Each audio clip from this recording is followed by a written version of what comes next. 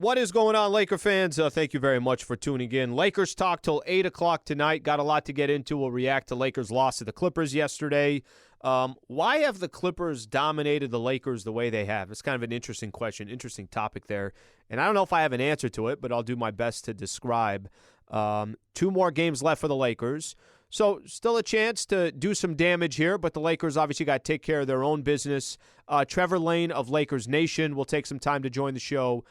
So we got a lot that we're going to get into. Appreciate you guys being a part of the show. Feel free to hit me up on Twitter, @AlanSliwa, if you got any topics that are of interest. Okay, so let's start with this. Lakers and the Los Angeles Clippers last night. A lot of hype behind that game. The problem is the game, Lakers had a game against the Utah Jazz the night before. That game went to overtime, so we couldn't really set the stage for the Lakers and the Clippers. It was a quick turnaround. It wasn't one of those that, all right, Lakers are at 41-38, Clippers at 41-38, and both teams got 2 days off, and we could talk about it for 2 days before they played. That was not the case. Give the Clippers their credit. 125-118 the final score. They continue to dominate the Lakers. This is the one thing that I took away from the game more than anything else. I get it's the Clippers. I get that people made it a big deal that it's those two teams going up against each other. I think Ty Lue had said it's the first meaningful game that he's coached between the Lakers and the Clippers, that the other ones just didn't live up to par. I get that the last time the Lakers have beat the Clippers was back in July of 2020 in the Orlando bubble. Believe it or not, that's the last time the Lakers have beat them. But for me, the thing I looked at most yesterday was, what does this game mean in the NBA standings? Laker fans, I think you guys have heard me talk about it. I think the opportunity to get basically a week off by avoiding the play-in tournament is so important. It's so critical for the Lakers that based off of the injuries, LeBron James came back, missed 13 games. Anthony Davis has been in and out of the lineup. Yesterday played for the first back-to-back since November of this year. I think he's only played in one back-to-back, but at least the last one he played was in November. There's been a couple opportunities since the All-Star break. He missed 2 of them. He played in yesterday's game. We all knew just how important yesterday's game was, aside from the Clippers standpoint. It was important because you go look at the NBA standings and the chance to control your own destiny as far as not having to play in the play-in tournament and getting those 6-7 days off, I thought was the most important reason. There's a reason why Kawhi Leonard for the Clippers played 43 minutes yesterday. Why? Because the Clippers know how important it is to potentially get that time off, especially for them too. Paul George is out. Nobody knows when he's going to come back, so I think that's a critical piece of it as well. Those role players are going to be important. Kawhi's going to be important. All these guys are going to be important for them, so they obviously knew how important it was. Another reason why last night's game was so important. Think about this. LeBron and Anthony Davis were listed as questionable because that game against the Utah Jazz, which, by the way, came back to haunt the Lakers yesterday, having to go into overtime, AD played 43 minutes, 42 minutes in that game against the Utah Jazz. I think Dennis Schroeder and Austin Reeves played over 40 minutes. LeBron played 38 minutes. That loss the win against the Utah Jazz, but the fact that it had to go to overtime and you had to use so much of your energy certainly did not help the Lakers' chances yesterday. But LeBron and Anthony Davis played for a reason. For those who thought, no, I don't think they're going to play. They played them, and they played them in a back-to-back, and they played them under all these circumstances, and the Lakers still lost. Just kind of shows you how important that game was for the Lakers as well. I don't want to make excuses, but I think there's a story to yesterday's game. Some people like to hear it. Some people don't like to hear it. But here's the reality of it. The reality is part of the reason why the Lakers lost that game did have to do with, part of the scheduling, right? The scheduling of you had an opportunity, or not opportunity. If you were the Clippers, you didn't play games since Saturday. So you had a couple full days off before that game yesterday. The Lakers played 3 games in 4 nights. I think that had an effect on the Lakers, but the Clippers took advantage, and you know what? The Lakers are going to be in a position here come tomorrow against the Phoenix Suns, who are playing Denver tonight. But the Lakers will have an opportunity to take advantage of a Phoenix Suns team that's going to be playing on a back-to-back. But I do think that had an effect on the game, And it's not an excuse. It just tells part of the story. The Clippers are also a good team, and they also show up every time against the Lakers. I'm going to read a quote here from LeBron. He said, "It's one of the toughest games we've had this year.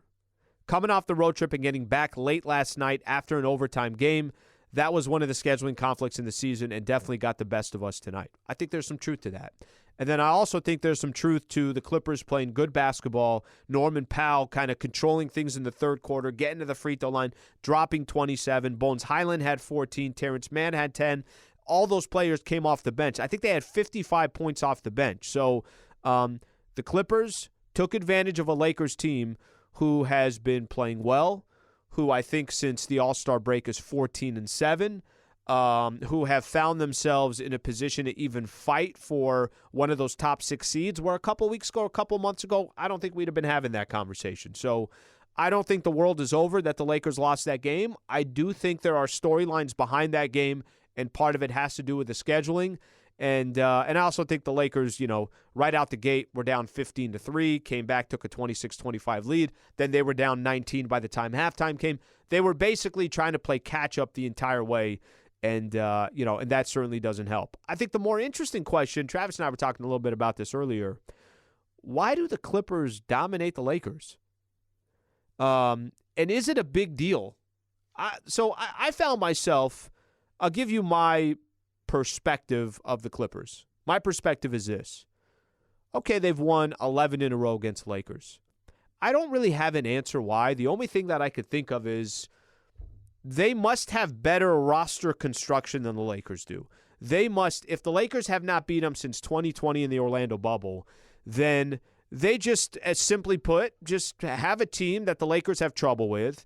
The construction of their roster must be better than the Lakers' construction. I mean, they got, the following year after the Orlando bubble, the Clippers got to the Western Conference Finals. Last year, we obviously know what happened. They didn't make the playoffs. Kawhi was out. PG had the health and safety protocols in the final playing game, and the Clippers lost that game. Maybe to the Pelicans it was. I can't remember off the top of my head. But nonetheless, the Clippers versus the Lakers, they played better. Maybe it's something that means more to them. Maybe it's better roster construction. Maybe the front office has done a better job of putting together a team. However you want to describe it, 11-0 that's not a small sample size. That's a big sample size. And 32 out of 39 is also, that's a huge sample size. Why has that franchise, at least in the regular season, dominated the Lakers? The best idea that I could come up with is their roster construction and the teams that they've put together over these last couple of years is better than what the Lakers have put together. You could say, okay, yeah, but what about injuries? Well, Kawhi missed a year. Paul George has been in and out of that lineup. They load manage, so I don't want to use that as an excuse. Yes, the Lakers have had their fair share of injuries as well, but the Lakers are 0 in their last 11 games against the Clippers. Do I think it's a big deal? I guess that's the second part of the question. For me personally, I don't really pay too much attention to it. Would I rather have them? Would I rather have had the Lakers obviously beat them a few games? Of course. Do I wish the Lakers beat the Clippers yesterday? I do, but it had more to do with the standings than it did with you've now lost 11 in a row against the Clippers. And maybe this is the only thing I could come up with. I think maybe because the two teams have not played in the playoffs and they've never faced each other in the postseason, it doesn't mean as much to me that the Clippers have won this many games in a row. Maybe for other Laker fans, it bothers them a ton. Maybe for Clipper fans out there, it's a great accomplishment and they love that they dominate the Lakers in these regular season games. But if I'm looking at it from a Clipper perspective, I would, obviously it's great to be 11-0 over the last 11 against the Lakers, but I think them winning a playoff series against the Lakers would be much more meaningful. And it's not their fault. Both teams have not collided. Or you could say part of it's their fault because they had that opportunity in the Orlando bubble, up 3-1 against the Nuggets, and it just didn't happen. The Cards it has not played out to where the two franchises have faced each other. But I don't know if I'm losing sleep over it that the Clippers are 11-0 over the Lakers over these last 11 games. I think for the Clippers, I'm sure it's much more important for them to make a deep playoff run than it is to win the last 11 against the Lakers. Maybe I'm wrong on that. And I think for the Lakers, it just doesn't hold the same amount of weight simply because we don't have any history with the team in the postseason where it matters the most. We can't look back and say, man, the Lakers were up 2-1 against the Clippers, and then Kawhi went on a tear, and they won 4-2 in the Western Conference Finals, and the Clippers got to the NBA Finals. We haven't had one of those matchups. Like I use as an example, the history that the Lakers have with the Phoenix Suns is, well, the Suns had to beat the Lakers in the first round. Lakers were up 2-1. Anthony Davis got injured, and then they got to the NBA Finals, and then they ended up losing to the Milwaukee Bucks. Okay, there's a little bit of history there because the Suns beat the Lakers in the playoffs. Back in the day, right? Let's go back in the day, the Shaq-Kobe days. You had history against the Spurs. You had history against the Kings. You had history against the Blazers. But all that history was about the playoffs. It wasn't about the regular season. I'd love for the two teams to cross paths in the postseason, and I'm sure the success that the Clippers have had, they would love to see that as well.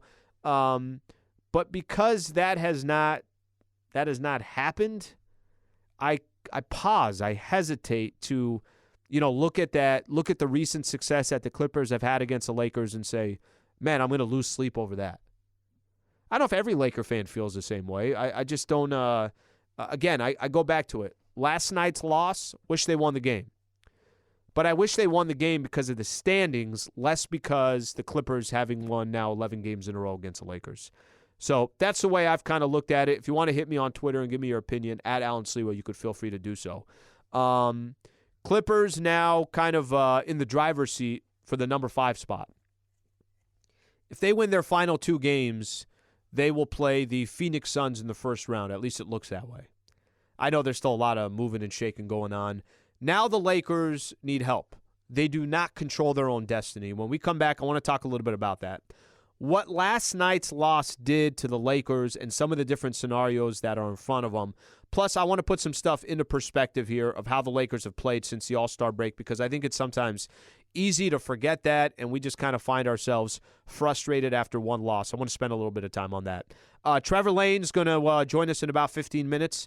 Stay right here. This is Lakers Talk on 710 ESPN. Sergeant and Mrs. Smith, you're going to love this house. Is that a tub in the kitchen? There's no field manual for finding the right home. But when you do, USAA Homeowners Insurance can help protect it the right way. Restrictions apply. Coke and music can bring us together, connect us, transform us. Introducing the newest limited edition Coca-Cola, Coca-Cola Move. Taste the transformation.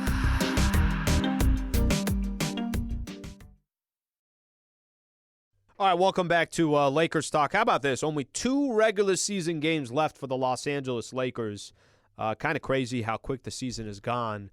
And we know we're going to at least be in the play-in tournament, so we know that. Yahoo Sports did a really good article of all the different playoff scenarios for the Lakers. I'm going to get into that in just a second. Quick shout-out here to Valvoline Instant Oil Change. Greatly appreciate their partnership on Lakers Talk. Oil changes, tire rotations, transmission care, and more. Just pull up, drive in, and drive out in about 15 minutes. Visit SoCalOilChange.com for location and game-winning coupons off your next Valvoline Instant Oil Change. Okay, so I want to put some stuff into perspective here and just kind of play out all these different scenarios that's in front of the Lakers. First off, let's put a couple things into perspective. Lakers went 4-1 on that road trip. 4-1. They beat Chicago. They beat Minnesota. They beat the Rockets. They beat the Utah Jazz, granted overtime, however you want to call it. They beat the Utah Jazz, and then they lost against the Clippers. 4-1. If I'd have told you Lakers were going to go on a 5-game road trip and they're going to win 4 of them, every single Laker fan would have signed up for it. That was important for the Lakers to do it. It wasn't perfect. They looked great against the Timberwolves, great against the Bulls, great against the Rockets, struggled in the final 2 games, but they split those final 2 games 4-1. They're 14-7 since the All-Star break, Laker fans. 14-7. The Lakers have been playing well, all right? And last night was a step back, but I don't think it was the end of the world. the reason why I want to set it up like that, because it's so easy after the Lakers get a loss to think it's doom and gloom. And yes, it was a big game against the Clippers. I'm not downplaying that. Yes, they could have put themselves in the driver's seat to avoid the play-in tournament. But a couple weeks ago, I don't even think we were having a conversation about avoiding the play-in tournament. It was about just making the play-in tournament. And now the conversation has shifted to, can you avoid the play-in tournament and get one of those top 6 spots and take your chances from there? So not ideal last night, but overall for the Lakers, I'll take my chances what this team has done over the last couple of weeks. And like I said, since the All-Star break, 14-7, with LeBron missing 13 games, with D'Angelo missing at least 8 games, maybe 9 games, whatever the number is. Mo Bamba was out for an extended period of time. He's now back. So the Lakers have put themselves, I think, in a good position to still try to get one of those top 6 seeds, but they're going to need a little bit of help. So let me explain what's in front of the Lakers now, if they are going to do this, how they're going to get there. So this article in Yahoo breaks it down. I like kind of, hopefully this is simplifying it, and I'm going to read a little bit directly from the article on Yahoo Sports. It says the Lakers can't fall lower than the 10 seed, so they are at least guaranteed a spot in the play-in. Okay, we already know that. Currently the 7th seed. Yep, got that. They're a game back of 5th of the Clippers and 6th seed of the Golden State Warriors. Now the Lakers, we know, have the tiebreaker on the Warriors. 8th seed is the Pelicans. They're also 41-39. So the Lakers and the Pelicans, identical records. But the tiebreaker goes to the Lakers when it comes to that.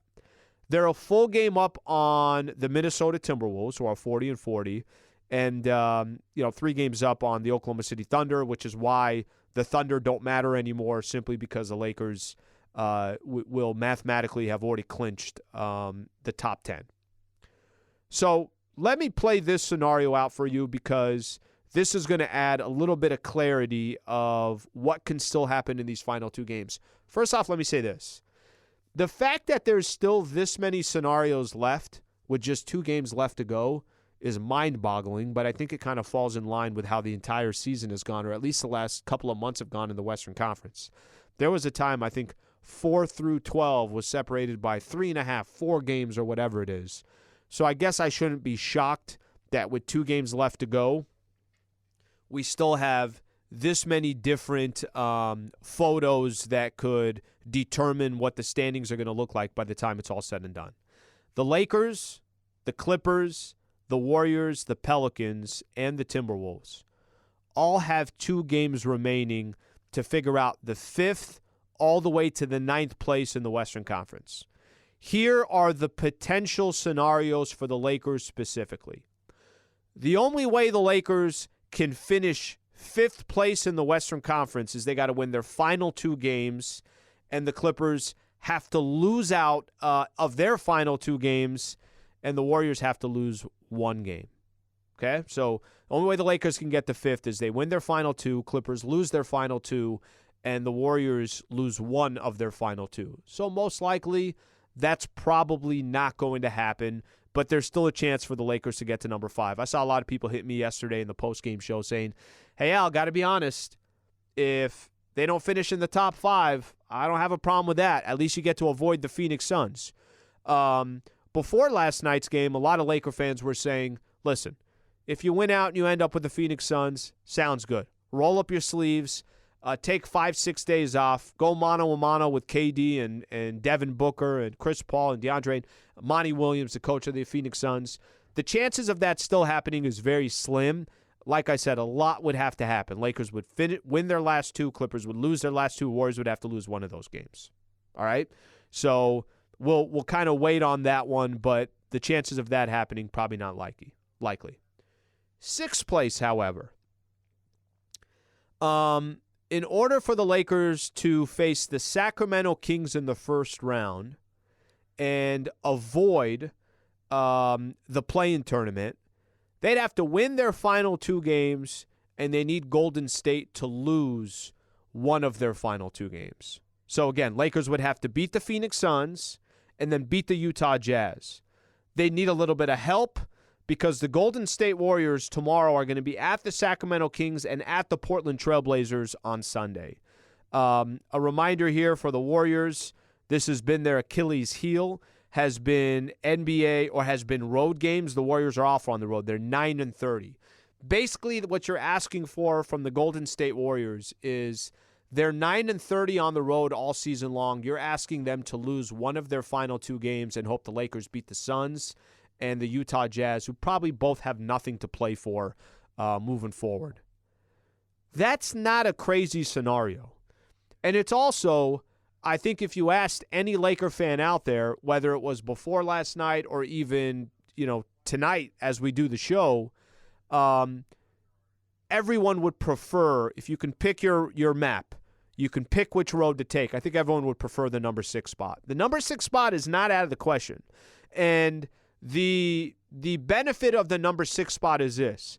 The benefit is you get to, after you play your game on Sunday against the Utah Jazz, 12:30's tip-off. Let's say the game's done by 3.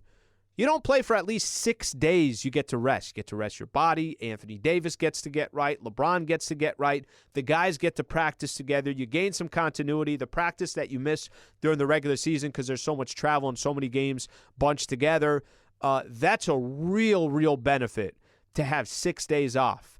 And then on top of that, you get the Sacramento Kings in the first round.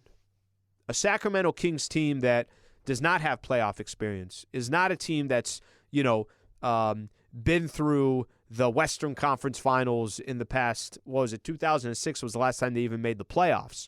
So you'd get to face the Sacramento Kings in the first round, and oh, by the way, second round, you play either the Memphis Grizzlies or whatever play-in team got in.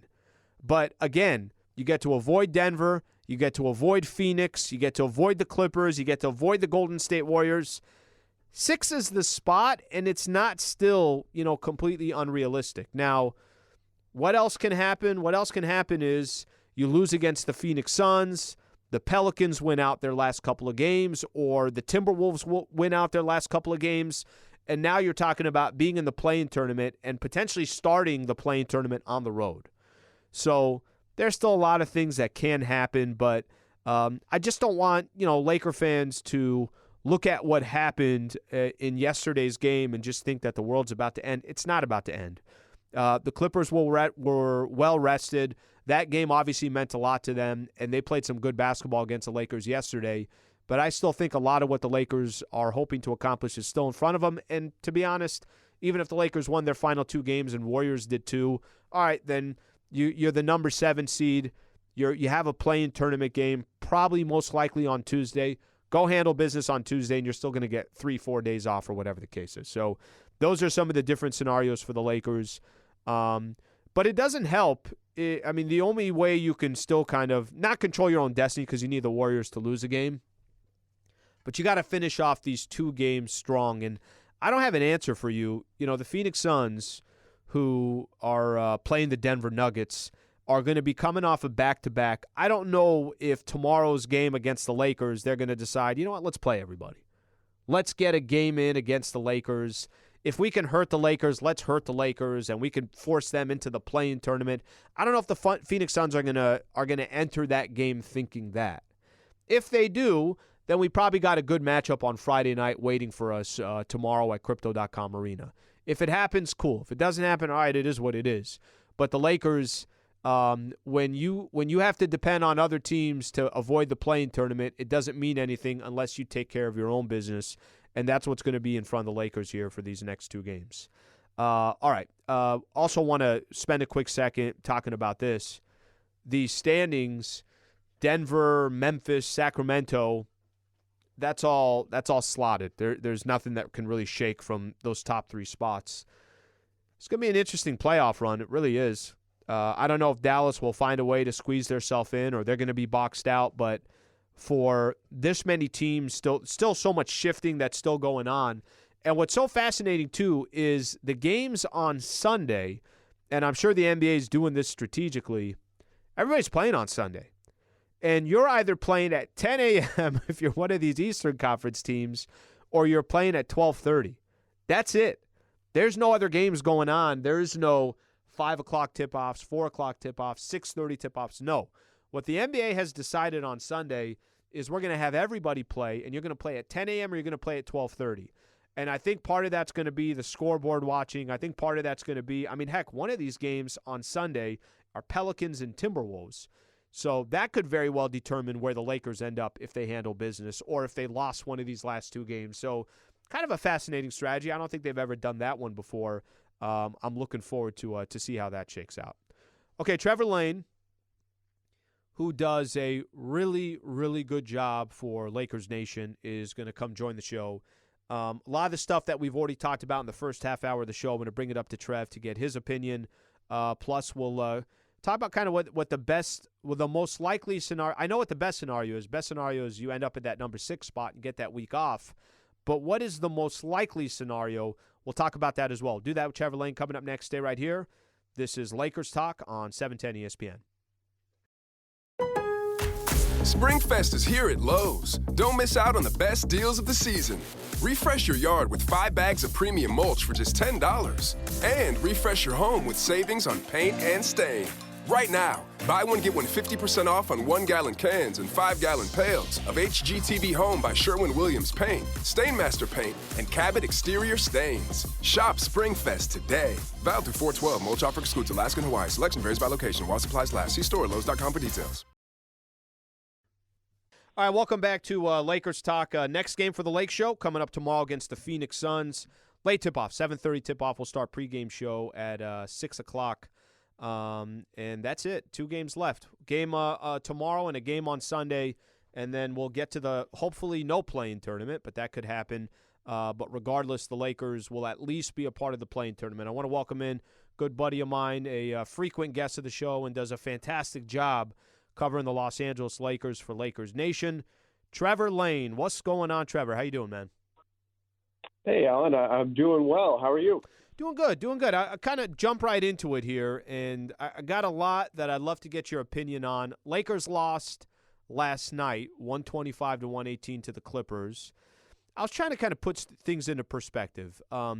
Since the All-Star break, the Lakers are 14-7. They went on a 5-game road trip. Yes, the game against the Clippers does count as a road trip. I know it's at Crypto, but they went 4-1 on the road trip. I'm not telling you it's perfect basketball. I'm not telling you that the Lakers are perfect. But even though they lost yesterday, what is your perspective of the Lakers right now as we head into the final 2 games of the season? Yeah, I think it's easy to get kind of trapped in that one game, right, and feel like, oh, my gosh, this was so bad. They lost because it was a game of magnified importance in terms of the playoffs. And then, of course, it's the Clippers, and you never want to lose that game. And unfortunately, the Lakers have been doing that quite a bit lately. So it's easy to get stuck on that game and lose sight of, as you said, what they've been doing over the past few weeks. In fact, over a month now since the trade deadline, they've been phenomenal. This is as good as you could have hoped in terms of the record, in terms of what they've done in the standings, the climb that they've made.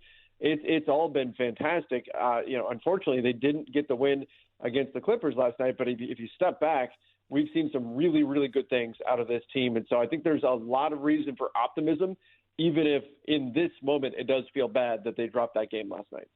Yeah, it is. And I like setting it up that way just because in the moment, it's Clippers. Both teams are 41-38. And I'll get into what the Clippers have done to the Lakers here over their last 11 games, and even a much bigger sample size than that. But I think it's important to also point out, if you'd have told me 3 weeks ago that the Lakers are fighting to potentially not have to be in the play-in tournament, or maybe even worst-case scenario, if they win these last 2 games, and even if the Clippers and Warriors win theirs, that they're the 7th seed, I would have signed up for it, right? Most of the season, we had no idea if they're even going to make the play-in tournament. So just the mere fact that they're doing what they're doing at this stage, I think that's something to point out. I think here's the million-dollar question that I don't think I have an answer to. Why do the Clippers dominate the Lakers? If I simplify it just like that, they've won 32 of 39 and 11 in a row against the Lakers. Why do you think that is?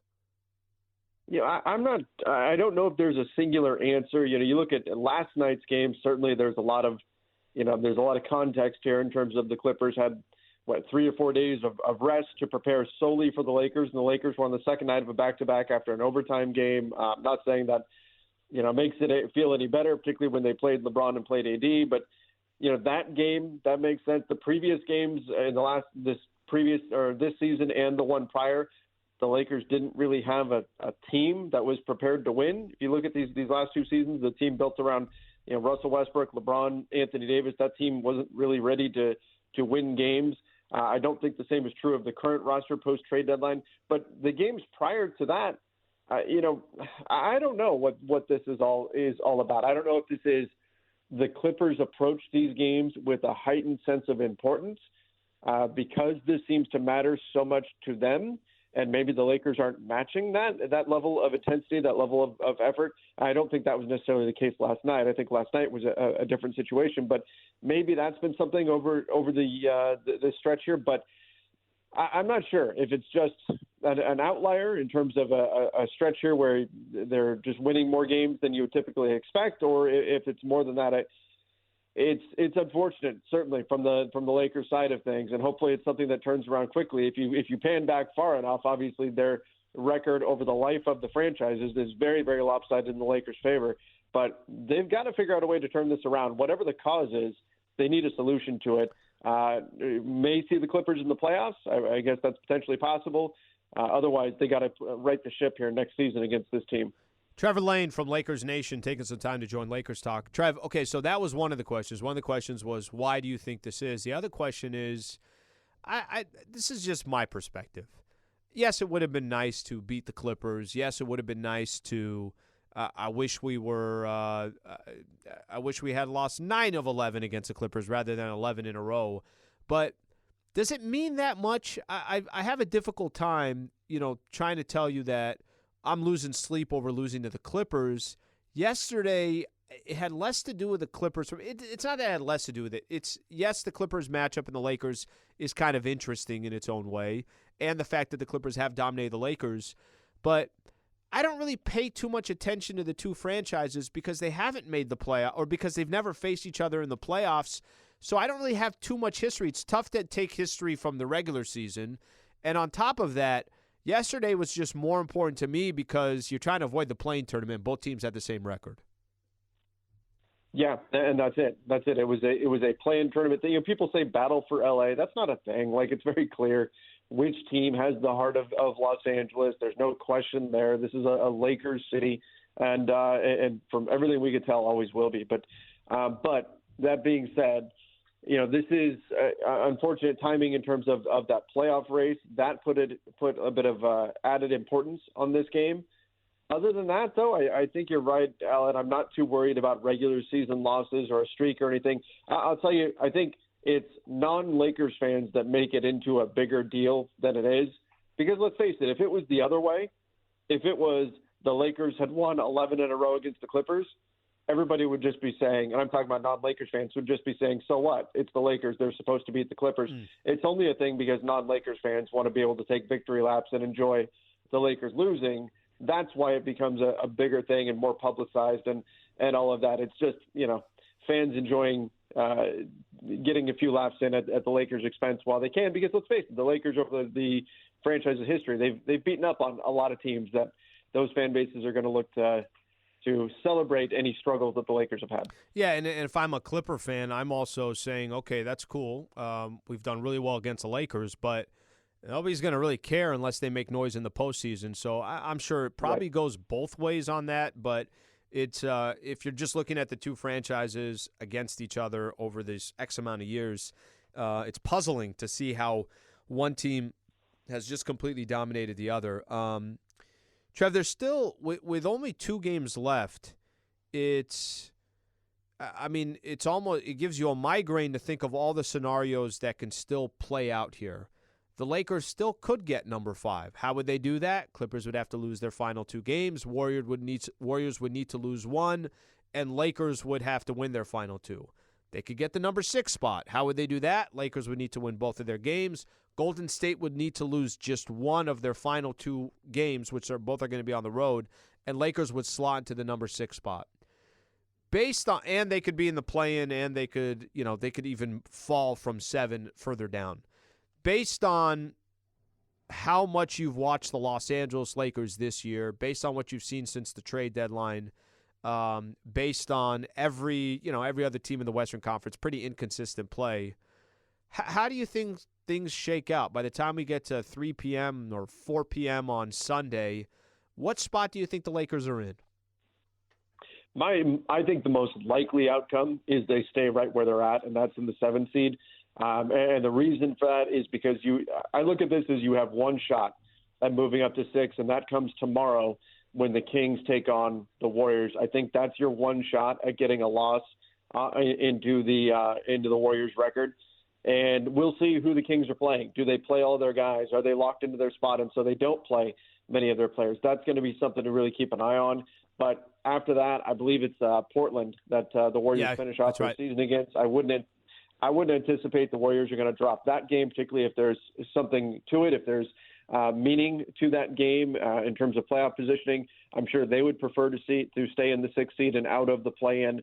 So I look at this as we'll see what Sacramento team shows up tomorrow night. That's the chance for the Lakers to move up to the 6th seed, which has been the preferred option for Lakers fans that I've been talking to. Many, many people saying they would rather be 6 than be 5 because that would put you into a matchup with Sacramento and not the Phoenix Suns in round 1. But again, in order to get there, the Lakers need a little bit of help. They need the Sacramento Kings to beat the Warriors tomorrow night. I don't think the Clippers are losing their final 2 games to make that up. So I think the most likely outcome, though, I imagine the Warriors probably will figure out a way to get the win tomorrow night, and then that'll put the Lakers in a position where, in order to guarantee that they stay in that 7th seed, they need to win both their games. And we'll see who Phoenix is playing. I mean, they may be resting guys tomorrow night against the Lakers. They play tonight, and then second night of back-to-back tomorrow night. And then the Lakers, of course, finish things off with Utah. So I think the most likely outcome is 7, but we're all going to be on pins and needles watching that Kings and Warriors game, seeing if Sacramento can help the Lakers out and give them a chance to get to the 6th seed. Well, and it's fascinating, too, because Sacramento kind of controls their own destiny on this. Who do you want to play, Kings? Do you want to play – if you want to play the Golden State Warriors, then you're sitting everybody tomorrow. If you want to play the Los Angeles Lakers, then you're playing everybody tomorrow. And by the way, I don't know which team that you want. The Warriors have certainly struggled this year. They've had their ups, they've had their downs. They've only won 9 games on the road this year. They're, I think, 9-30. But they are the defending NBA champions, and Andrew Wiggins is coming back, and they are a team that certainly understands how to take it into another gear in the playoffs. Or would you rather say, no, we'll take our chances with the Lakers? They've had their fair share of injuries. How fresh is Bron, AD, all this stuff? And I know we have no way of determining this. We always talk about how everyone wants to play the Kings at the number 6 spot. If the Kings had to pick, who do you think they would take? Yeah, I mean, when I'm looking at this, if I'm trying to put myself in Sacramento's shoes here, I know the Warriors have been bad on the road, but they are the defending champs. They do have Steph Curry. You've got Andrew Wiggins coming back, and I think there's some difficult matchups there for them. And the same is true with the Lakers. But if I'm Sacramento, I think I'd probably rather see the Lakers than the defending champion Warriors. But it's very close, just because LeBron James and Anthony Davis are both dealing with active injuries and trying to get back. And so you've got, well, how much chemistry are they really going to have as a team? Whereas this Warriors group has been together long enough to where Andrew Wiggins, you bring him back in and it's probably pretty much plug and play. He can just go. And then the Lakers transition defense has not been great, and that's an area where the Kings really excel. So if I'm Sacramento, I think I prefer to take on the Lakers if I'm trying to be objective here. But it's close. The Lakers have been playing fantastic basketball since the trade deadline, so it's anybody's guess what they actually think. But I think I can make an argument for why they might rather see the Lakers. All right, Trev, I'm going to try to put you in the same light for tomorrow's game against the Suns. We know the game's important for the Lakers. Trev, of the teams that are in the play-in tournament, and if that's where the Lakers end up, if they are in the play-in tournament, who's most dangerous of the – and I know there's still a lot that has to shake out, but the Pelicans, the Timberwolves, whether it's OKC, whether it's Dallas, which of those teams, if the Lakers are in the play-in tournament and have to face one of those squads, would you like to try to avoid, whether that's in the first game or if they lost that first game in the second game? Yeah, so I would like to avoid the Minnesota Timberwolves. I think matchup-wise, they cause a lot of problems, and I know a lot of people were clowning on them for dropping a game to the Blazers recently and all of that. But that's still a very good team. The Lakers really had to amp it up in order to beat them recently, and they've got the kind of wing depth, the size on the wings that can really give the Lakers problems. That's the basic team, the team structure that can give LA a lot of issues. It's having a lot of big, switchy wing defenders, and the Wolves have that. Now, I'll add this caveat, though. If Zion Williamson is back and healthy, and that is a huge if, but Sure.